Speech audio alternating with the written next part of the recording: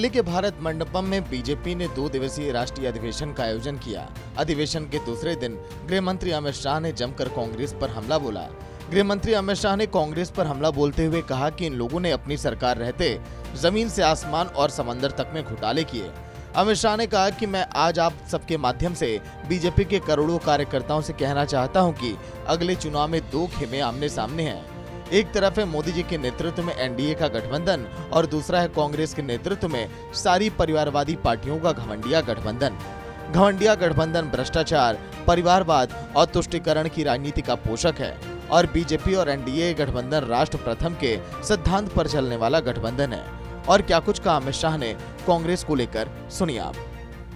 Congress denial mode में आ चुकी है। पूरे देश की जनता को मैं कहना चाहता हूं, 5 साल का पार्लियामेंट के अंदर कांग्रेस का हिसाब किताब निकालिए। इन्होंने पार्लियामेंट के अंदर शोर शराबे और बहिष्कार के अलावा कुछ नहीं किया। वहीं अमित शाह ने इंडिया अलायंस पर निशाना साधते हुए कहा कि विपक्षी दलों का गठजोड़ सिर्फ 7 पारिवारिक पार्टियों का गठबंधन है, उसे सिर्फ अपने परिवार की चिंता है। शाह ने कहा कि मोदी जी के 10 सालों में आज देश विकसित भारत का स्वप्न लेकर आगे बढ़ रहा है। दूर दूर तक घमंडिया गठबंधन को सत्ता प्राप्ति की संभावना नहीं दिखती।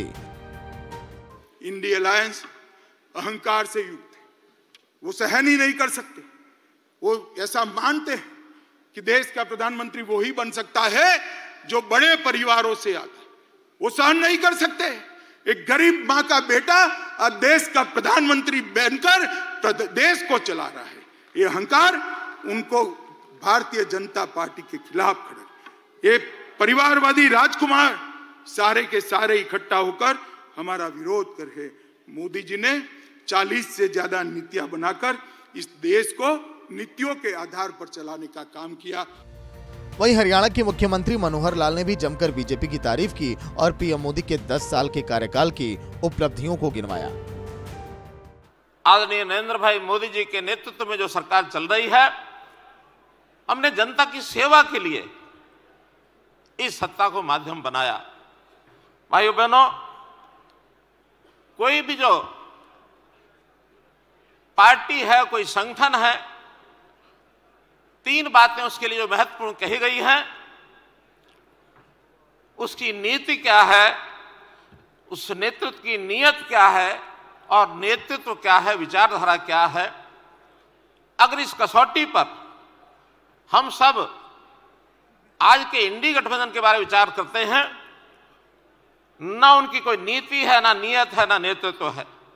मैं आज के इस राजकुमार जो देश का अपने आप को उस गठबंधन का बड़ा नेता मानता है, वो ये कहता है कि मैं गांधी जी का सच्चा अनुयायी हूं। सच्चा अनुयायी, गांधी जी ने बहुत बड़े बड़े काम किए, उन कामों का तो कै भी स्पर्श नहीं किया इन्होंने।